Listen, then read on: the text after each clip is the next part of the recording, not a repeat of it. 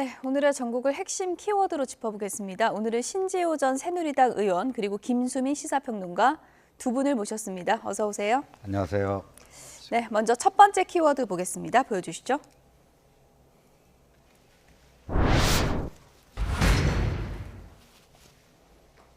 네, 신재호 전 의원님 오늘 모셨는데요.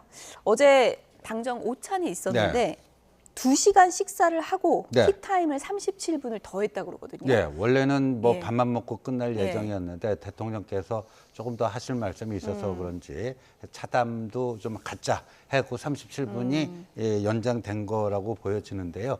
이 얘기는 이제 당을 이끄는 한동훈 비대위원장과 정부를 이끄는 윤석열 대통령이 그만큼 여러 가지로 긴밀하게 상의하고 협의할 문제가 많다 하는 것을 보여주는 거고, 두 분 간의 소통이 일각의 우려와 오해와는 달리 굉장히 깊이 있게 또 넓고 깊게 진행되고 있구나 하는 것이 어제 2시간 37분 회동을 통해서 확인됐다라고 봅니다. 네, 그래픽 한 장을 좀 보여주실까요? 언론에 많이 나오는 사진인데 이렇게 윤석열 대통령이 창밖을 가르치면서 용산 어린이 정원 같은 이제 풍경을 좀 안내를 했다고 알려졌고요. 수고가 많다 이렇게 얘기를 했다고 합니다. 보통 수고가 많다 이건 뭐 인사말로 하는 말이긴 한데 어떤 뉘앙스였을까요? 글쎄요, 뭐 특별한 의미를 담고 있는지는 모르겠는데 예. 뭐 비대위원장으로서 여권의 일을 하고 있으니까 뭐 거기에 대해서 수고가 많다라고 다소 치하하는 발언을 한 게 아닌가 싶고, 뭐 대통령실에 방문을 하는 거는 글쎄요, 한동훈 비대위원장이 장관 시절에 저 정도 경치를 볼 수 있는 곳에서 방문을 했는지는 잘 모르겠는데, 어떻게 보면 대통령 입장에서 보이는 바깥의 풍경 아니겠습니까? 예. 그러면 이제 대통령 입장으로서의 심정이라든지 이런 것들을 또 표현하는 하나의 뭐 장치 설정이진 않을까, 이런 추측도 한편으로는 해보고, 뭐 조금 더 나아가서는 이제 예전에도 뭐 박정희 전 대통령이 야당 총재하고 영수회담하면은 김영삼 당시 총재한테 대통령 해보면 알겠지만 뭐 이런 식으로 발언한 적이 있었거든요. 넌지시 한동훈 위원장에게 당신도 뭐 열심히 하면은 이 자리까지 올 수 있지 않겠느냐, 뭐 이런 제스처까지도 좀 해석을 굳이 하자면 할 수 있지 않을까 그렇게 보입니다. 예, 그러니까 화재 현장에서 만났을 때 급한 불을 끈 거고 어제는 그럼 뭐 잔불 정리 좀 했다 이렇게 표현할 수 있는 건가요? 잔불 정리가 아니고요. 예. 그때는 이제 서천 화재 현장이기 때문에 사고 수습, 뭐 그러니까 특별 재난 지역 선포라든가 거기에 이제 초점이 맞춰져 있다면, 예. 어제 오고 간 얘기는요, 굉장히 굵직굵직한 민생 현안들에 대해서 아주 심도 있는 논의가 이루어졌다 하는 건데요.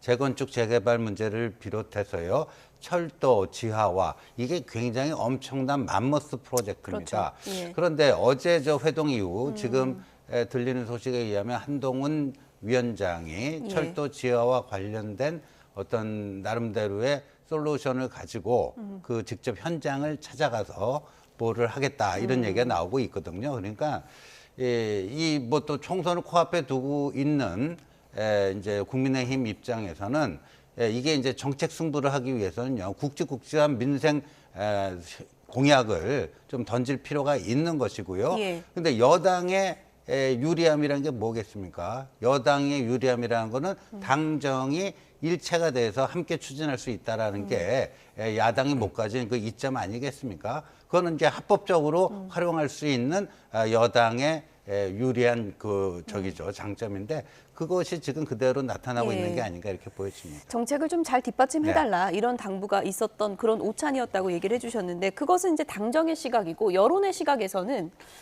윤석열 대통령과 한동훈 위원장이 만났다면 그 갈등의 핵심이었던 김건희 여사 얘기가 좀 있었을까 했는데 없었다는 거예요? 네. 뭐 정말 없었는지는 알 수 없겠습니다만 대통령실 공식 브리핑상으로는 없었다라고 해야 되니까 이제 없었다고 하니까 그것을 이제 기정사실로 본다면 사실 이 갈등의 소재가 됐었던 것이 지나가 버렸다라고 해석을 할 수가 있겠는데, 여론 입장에서는 특히 국민의힘이라든지 윤석열 대통령의 처사에 비판적이었던 국민 입장에서는 아니 문제가 해결된 것이 없는데 그냥 넘어가느냐, 한동훈 위원장도 별 수 없는 거 아니냐라고 하는 그런 의견이 제기될 수밖에 없을 것 같고, 그리고 애초에 살펴보면은 한동훈 위원장 또 영부인 문제 관련해서 뭐 사과를 요구한다거나 이런 게 없었습니다. 사과를 요구한 건 김경률 비대위원이었고 한동훈 비대위원장은 그냥 국민들이 우려를 하고 있다 정도만 얘기를 했거든요. 근데 갑자기 이제 윤 대통령 측에서 이거에서 좀 발끈을 했는 모양인지 좀 급발진을 해서 이제 일이 커진 것이기 때문에 사실 이제 쟁점도 크지 않았고 애초부터 예. 그리고 이것을 어쨌든 간에 넘어가 버렸기 때문에 국민들 입장에서는 아직까지 해결된 것이 아니다라는 그런 반응들이 많을 수밖에 없고 앞으로 윤 대통령이 이 문제를 직면해서 어떻게 헤쳐나가는지 예. 결국에 그것을 지켜봐야 될 것 같고 그리고 한동훈 비대위도 더 이상 이 문제에 대해서 거론을 하지 않는다거나 실질적인 해법을 못 내놓는다면 지난주에 어느 정도 한동훈 위원장이 받아냈던 여론의 호응도 사그라들 것이다라고 저는 전망을 합니다. 예, 당정 사이에서 조금은 지나간 이슈가 됐다고 하셨는데 그러면 사과를 요구했던 김경률 비대위원 거취 문제요. 네. 이것도 그러면 지금 당정 분위기에서는 대통령실에서 이것은 우리가 거론하지 않고 지나가겠다 이런 분위기로 읽어도 되는 거예요? 그거는요, 또 다른 계기를 통해서 자연스럽게 정리될 거라고 저는 전망하고 있습니다.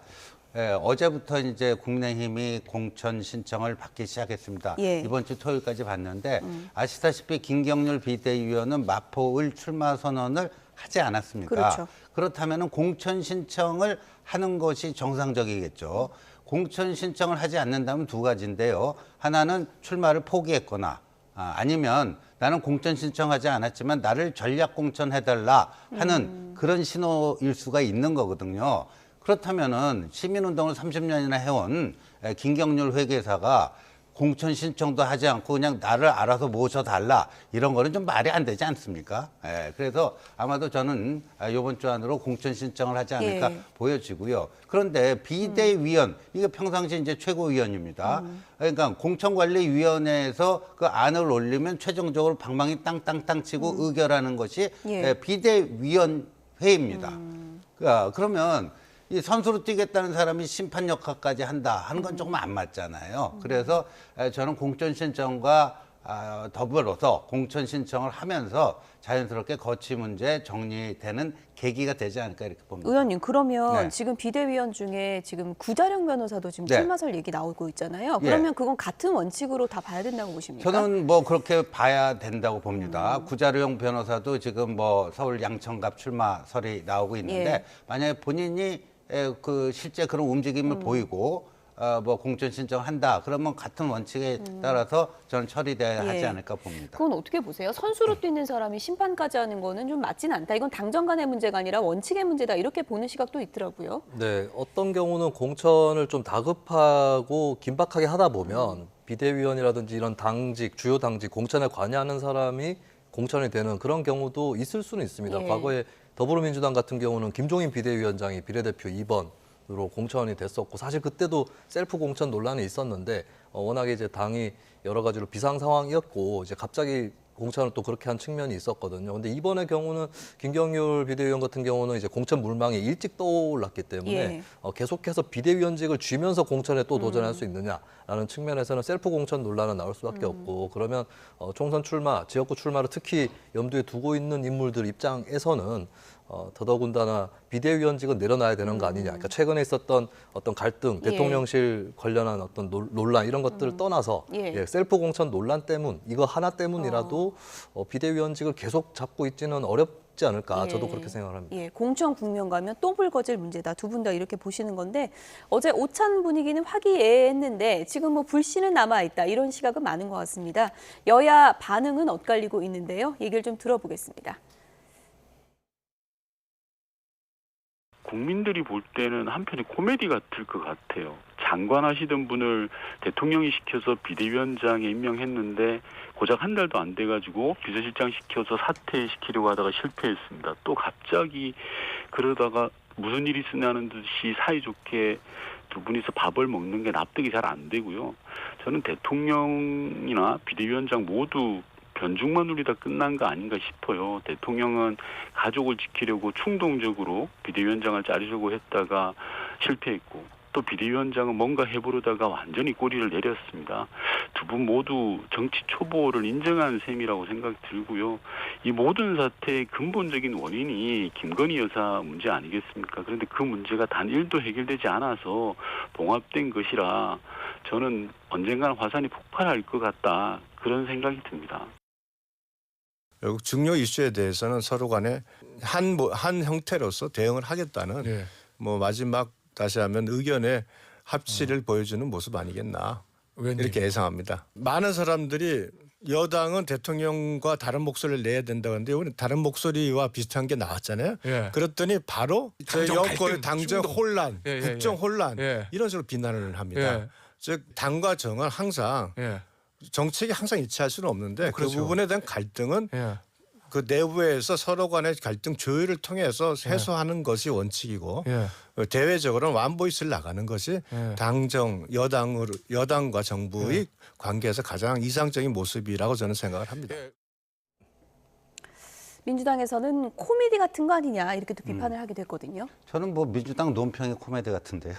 그러니까 민주당은 거의 그냥 김건희 스토킹당 수준이에요. 그다음에 몰카 공작, 그 사건의 본질이 몰카 공작이다. 거기에 대해서는 국민 절대 다수가 찬성하고 있는데 그 이른바 300만 원짜리 백을 그 김건희 여사가 바로 그 자리에서 왜 단호하게 거절하지 못했는가, 그 부분에 대해서 아쉬움이 많이 남는 것이고, 그거는 대통령이 어떤 형식으로 될지는 모르겠지만 언론과의 어떤 접촉을 통해서 일정 정도 해명하기로 지금 이런 식의 이제 가닥이 잡힌 거 아닙니까? 그러면 그걸 지켜보고 있으면 될 텐데, 그걸 가지고 몰카 공작범을 비호하고 두둔하고 그걸 가지고 심하게 부풀려 가지고 총선용 소재로 쓰고자 하는 민주당의 모습이야말로 가련하기 짝이 없다. 아까 민생 얘기했는데 좀 굵직굵직한 그런 거를 좀 민주당도 제발 좀 들고 나와서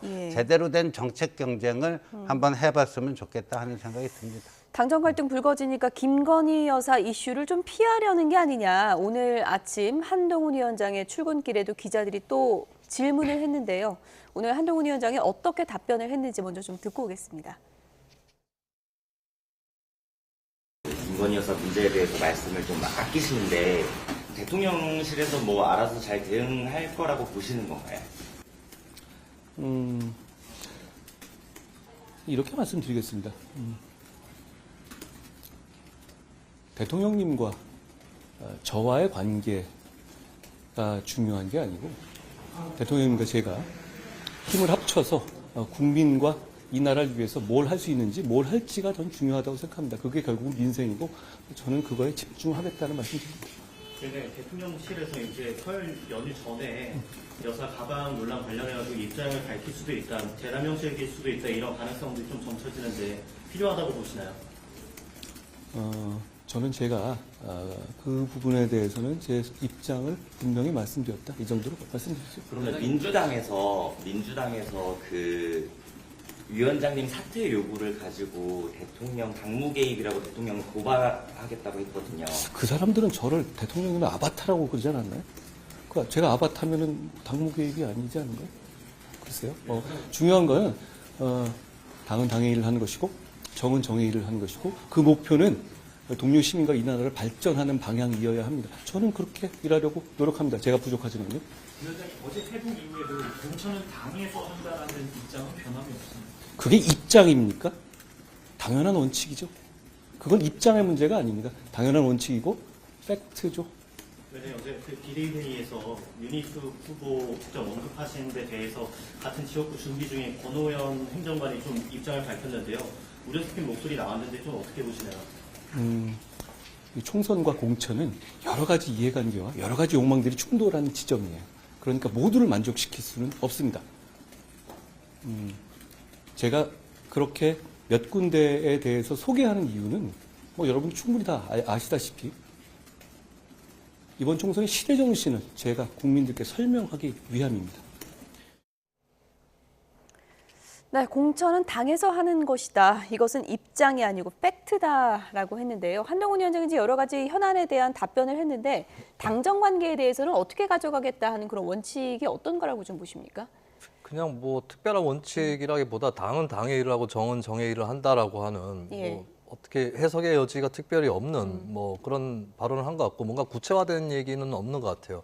그리고 무엇보다도 영부인 리스크 문제에 관련해서 더 이상 어떤 할 일이 없다라고 하는 거를 스스로 실토를 한 것이 아닌가. 예전에 했던 발언을 다시 생각해보라는 식으로 그런 취지로 얘기를 했는데 그때도 이제 국민들이 걱정한다라고만 얘기를 했기 때문에 사실 또다시 별거 아닌 사소한 차이를 가지고 대통령 쪽에서 참지 못하고 이 선을 넘는 바람에 일이 커졌을 뿐이다라는 거를 재확인시켜 준 게 아닌가 그렇게 보여지고 그리고 더 이상 앞으로 어떤 조치를 할 마음이 없다라고 했기 때문에 이 부분은 다시 국민의힘의 비대위라든지 국민의힘 인사들이 감당해야 될 몫이 아닌가. 영부인 리스크가 잦아들었다고 믿는 국민들은 많지 않습니다. 예. 그렇기 때문에 앞으로 다시 이제 시험대에 섰다라고 그렇게 저는 해석을 합니다. 예, 의원님 이제 중요한 게 지금 한동훈 위원장의 이런 입장들이 지지율을 얼마나 올릴 수 있냐 이거잖아요. 지금 윤석열 대통령과 한동훈 위원장 같은 경우에는 지지율에 있어서 어떻게 보면 디커플링이라고 그러죠. 네. 반대로 간다. 이런 네. 현상이 나타나고 있잖아요. 그 디커플링 현상의 가장 그 낙담이 큰 게 민주당 아닌가 이런 생각이 드는데 제가 이 자리에서 그 한나땡 뭐 이 얘기를 한 적이 예. 있어요.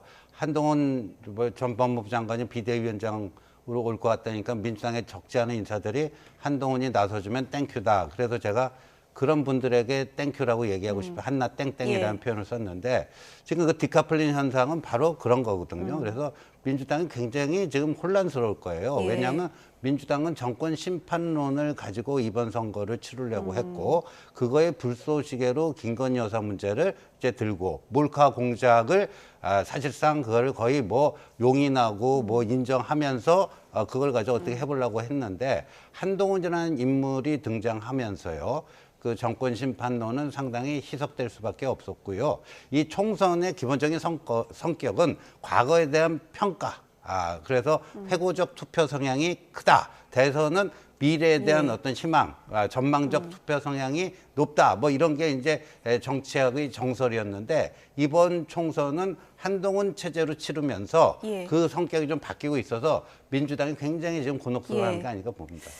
네, 이태원 참사 특별법 관련 정부 브리핑을 좀 들어봤습니다. 오늘 윤석열 대통령이 취임 이후 5번째 거부권을 행사했고요. 정부에서 별도의 지원 방안에 대해서 지금 브리핑을 한 것입니다. 내용을 보면 특별조사위 관련해서 이제 권한이 너무 광범위하고 정쟁화될 수 있다 이런 우려를 표명하면서 지원책을 발표했는데 유가족들은 지금 강력하게 반발을 하고 있고 이거 통과 안 되면은 진상조사나 처벌이 제대로 될 수가 없다 이런 입장인 거잖아요. 네, 예. 유가족들이 이렇게까지 반발하게 된 거는 정부와 대통령의 행보가 지금까지 많이 꼬여왔기 때문입니다. 참사 직후에 사과를 할 시점이 있었는데 그때도 며칠 허비를 하다가 나중에 이제 국민들한테 죄송하다라고 좀 사과 시점도 놓쳤고 그리고 이상민 행안부 장관 정도는 해임을 시켰어야 할 일이었는데 하지 않았던 것도 크게 영향을 줬습니다. 국민의힘에서는 이상민 장관 탄핵이 기각이 됐다라고 하면서 의기양양했지만 탄핵 기각에 따른 역풍은 하나도 불지 않았거든요. 탄핵이 작년 7월에 기각이 됐는데 작년 10월 재보선 선거 결과 뭐 우리 다 아시다시피 야권에서 압승을 했습니다. 이런 것들을 봤을 때 이태원 참사에 대응하는 어떤 윤석열 정부의 태도나 행보 이런 것들이 유가족들이라든지 또 많은 국민들의 신경을 잘 헤아리지 못했기 때문에 예. 지금 이제 특별법을 앞두고도 좀 정부도 어느 정도 코너에 몰려 있다라고 볼 수 있겠고 별도의 지원 대책이 추가 발표됐는데 이 시점이 지금이라는 것은 특별법에 대한 대응에 불과하다라고 봅니다. 그리고 특별법 내용 중에 어떤 것은 뭐 과도하다라고 느낄 수도 있겠지만 예를 들어서 국회의장 유가족이 3명을 추천하게 돼 있고 여야가 각자 4명을 추천하게 돼 있는데 이것을 국회의장 추천분 3명 또 사실상의 야권 추천으로 그냥 간주를 하고 야당에서 다 좌지우지한다 이렇게 얘기하는 것은 좀 실제하고 맞지 않다라는 생각이 들고요. 그리고 이제 절충하는 노력 이런 것들도 더 필요했던 것인데 과연 그만한 노력을 했었는가 이것도 저는 정부한테 부담이 될 거고 이제 또 그 거부권 행사가 이번에 법안 개수로 치면 9번째거든요. 그동안에 계속 거부권 행사했던 게 이번에도 또 부담이 될 겁니다. 이것마저도 또 거부권 행사할 거냐 이런 질문이 나올 수 있고 또 대통령이 저렇게 거부권 행사할 거라면 국회에서 굳이 국민의힘한테 의석을 보태줘야 될 이유도 없지 않느냐. 저는 총선 전략으로서도 이것은 썩 좋지 못한 일이라고 봅니다. 일단 민주당도 당장 크게 반발할 것 같거든요. 어떻게 대응해야 된다고 저는 보십니까? 이건 한마디로 위헌 법안을 또 이제 민주당이 만든 거예요. 그 저기 보면 헌법에 보면요. 검찰이 무슨 압수수색 영장이라든가 구속영장 할 때는요. 법원의 영장을 청구해서 발부를 받아야지 할 수가 있는데요. 예. 지금 이 보니까 민주당이 만든 저 법안 있잖아요. 특별조사위원회라는 데가 검찰도 행사 못하는 그거. 그러니까 법원의 동의 없이도 동행명령을 내릴 수가 있고 압수수색 영장 청구라든가 뭐 말도 안 되는 법안을 만들어 놓은 거예요. 그래서 참 그 헌법 공부 좀 하고 법안을 좀 만들었으면 좋겠다. 대통령이 왜 자꾸만 이렇게 이른바 거부권을 남발하느냐 이런 식으로 하지 말고 본인들이 헌법 가치에 부합되는 좀 제대로 된 법안을 제발 좀 만들어 달라 그 얘기를 하고 싶고요. 지금 문재인 정권 때 이른바 검찰 개혁한다면서 조국 당시 법무부 장관이 한 게 뭡니까? 피의자에도 인권이 있으니까 포토라인에서 사진 찍는 거 없애고 뭐하고 피의자 인권 보호하겠다고 그걸 검찰 개혁의 1호 조치를 했던 당 그 세력 아닙니까? 예. 그런데 헌법에 정한 이 영장주의 원칙을 이렇게 쓰레기통에 쳐박으면서 저런 식의 인권 유린을 하는 법안을 만들어갖고 그걸 올렸다? 예. 이건 좀 공당으로서 좀 반성해야 될 대목이라고 생각합니다. 어쨌든 뭐 유가족이 지금 반발하고 있는 상황에서 또 총선을 앞두고 여야 간의 정쟁이 계속될 것으로 보이는데요.